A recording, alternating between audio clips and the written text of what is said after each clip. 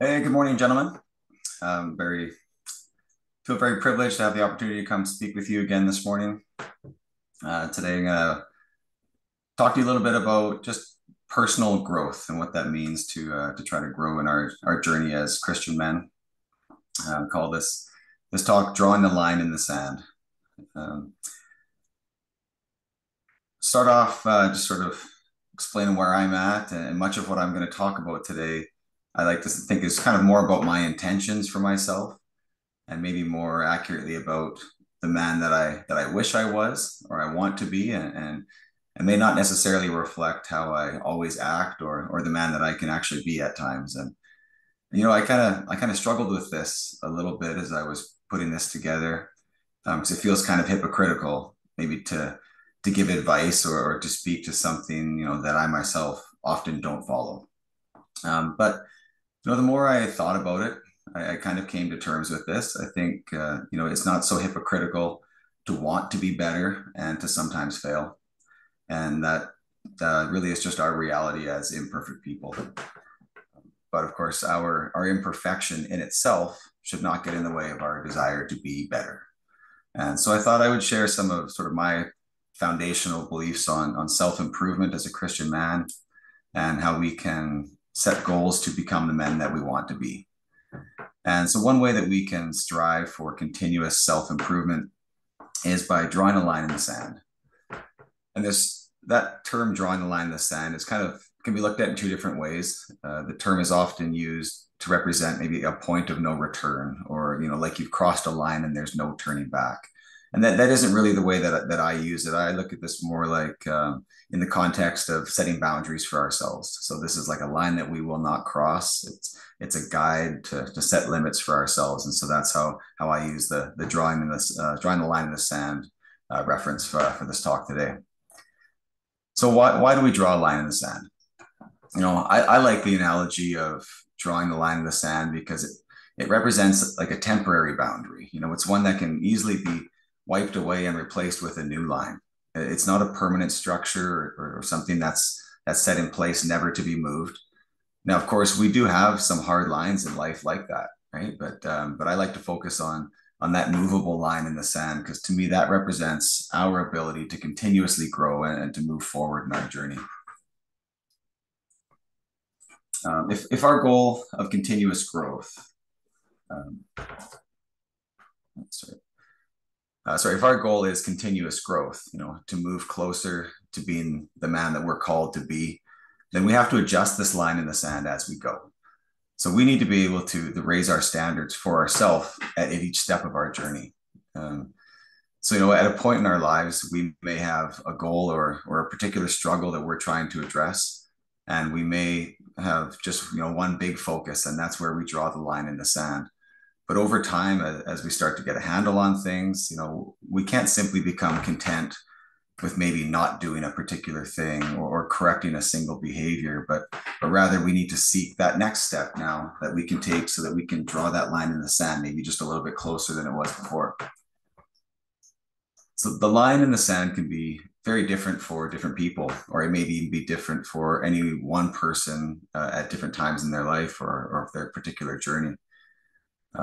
If you struggle with lust, for example, and your line in the sand, that line that you will not cross, that may be that you simply will not view any pornographic material of any kind. And of course, that's great. But over time, you may be in a place where you need to draw that line a little bit closer, and maybe you choose to cut out all shows or all social media that may have any sort of adult content, whether that be sexuality or violence or vulgar language or even just, anything that you feel doesn't bring value to you. And so you draw that line closer and you may choose to just, rid that stuff from your life as you try to continuously grow in your own journey. So, I mean, that's sort of just a simple example of how that line in the sand represents our ability to adjust our line and lead to continuous growth. It's kind of funny, and we've certainly heard Dave say this before. It's very true, but I think Dave may have so eloquently put it that the more crap you address in your life, the more crap you see that there still needs to be addressed. And, I don't say that to be discouraging. It's actually quite the opposite. I think no matter what place you are in your life, there's always room for growth. And really, that's an awesome thing. And so I hope that's actually an encouragement and not the other way around. Now, I appreciate that drawing the line in the sand analogy it's a bit of an oversimplification, of course, as most things are, and it's never quite as easy as it sounds. And we know that there are many barriers in the way of our personal growth. Something that I'm very challenged with is complacency. It gets really easy to take your foot off the gas when things are good. But this is risky. After all, I think we've all heard if you're not moving forward, you're falling back. And complacency kind of leads to that line in the sand slowly washing away. It sort of allows for minimalizations, rationalizations. It allows for those, so-called little sins to start creeping their way back in. So our goal must be for continuous growth. It's continuous progress in our journey. And so it's not simply enough to not do the so-called big sins. We need to take steps to rid ourselves of all that trips us up and that might lead us in a direction that we know is not where we truly want to go. So, it really can be those little sins that kill. I think I shared the mosquito analogy previously. The mosquito is literally the most deadly animal on earth. It kills more people each year than any other animal, including, the lion, the king of the jungle. In fact, it's not even close. And that's where we have to be, I think, very, very diligent, right? It's easy to spot the lion, but we need to keep our eyes out for the mosquito as well. And along our journey, we need diligence and not complacency. And after all, sin is sin. I think we all understand that, big or small, or, Matthew chapter 5 speaks very clearly to this. We've heard this a number of times, and it says, you have heard that it was said to the people long ago, you shall not murder, but anyone who murders will be subject, or anyone who murders will be subject to judgment. But I tell you that anyone who is angry with a brother or sister will be subject to judgment. And it goes on to say, you have heard that it was said, you shall not commit adultery. But I tell you that anyone who looks at a woman lustfully has already committed adultery with her in his heart. So I think it's pretty clear. It's not enough to simply avoid the lions, right? And we need to be on guard for all attacks, big and small, and rid that stuff from our life and continue to move that line in the sand so we can look for continuous improvement, not just today, but the next day and the next day. It's challenging though, and we know that drawing the line for ourselves in a modern culture that says just about anything is okay is pretty tricky. And this can be hard to do.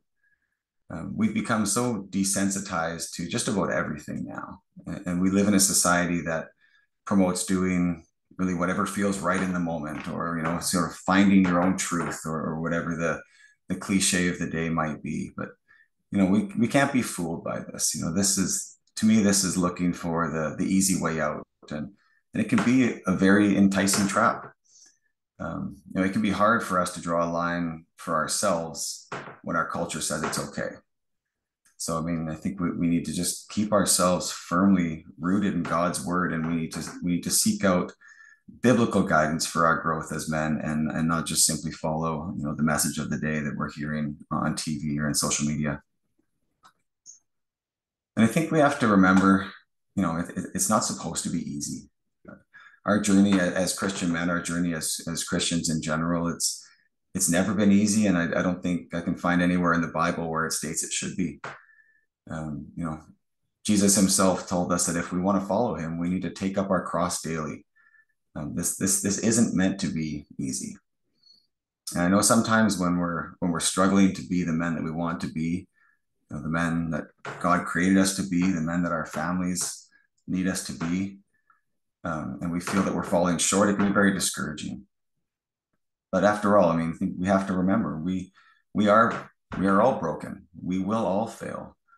But this is why drawing that line in the sand is so important. And drawing that line in the sand, that is the act that prepares us for the battle. We can't wait for times to be tough to start taking action. We need to look for those growth opportunities in ourselves and in our lives every day, especially when things are good. Things like patience, discipline, composure, these are all practiced skills. These are all things that we work on, that we build and strengthen, just like any other skill, whether it be in sports or craftsmanship. These skills of patience and discipline, these are something that we practice and that we build over time. They're to be, honed when we're strong so that we are prepared for when we are weak. And I think I may have shared this quote earlier as well. And John, it's one of my favorites. John F. Kennedy said it. The best time to fix the roof is when the sun is shining. So if we can continue to move our line in the sand just a little bit closer, continue to raise that bar for ourselves when we're strong, we'll be that much more prepared to handle whatever comes our way when we're not.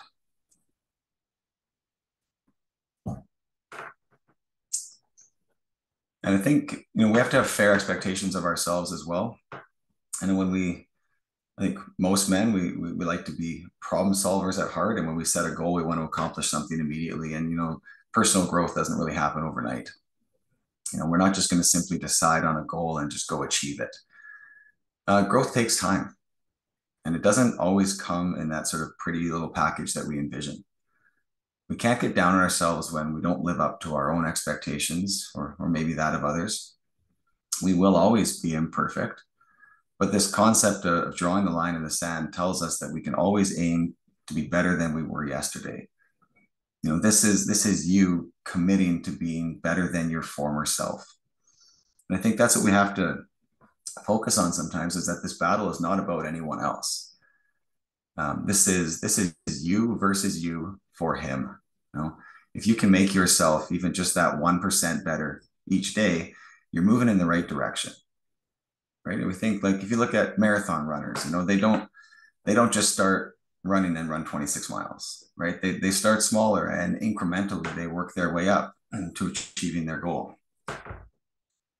I have a friend who would share his story a little bit. He's battled obesity his whole life, and he decided he was going to make a change, and he set a line in the sand for himself. And he made a commitment to lose weight, and he was going to do it through diet and exercise. And it was a very tall task. So he didn't expect this to happen overnight. And his exercise program, it started as a short walk to the end of the road. And he did this every day. And every day he walked at least one step further than the day before. It wasn't always much further, but it was always further. His line in the sand moved that little bit each day. He found those incremental gains. So as I said, I cannot claim to live by every word I've spoke about today. Just like everyone here, I'm far from perfect, and I fail far too often. But I do have a true desire to be better, and I hope that you do too. God has a plan for you, just like he does for me. He has a plan. He's designed us to be the men that he wants us to be, that we need to be, the man that our family, our neighbors, our community need us to be. I hope that you can accept the challenge to draw that line in the sand. Go to war against your former self. Push to be just a little bit better each day. Find those incremental gains. Move your line. It's just you versus you for him. God bless, gentlemen. Thank you for your time today. Love you.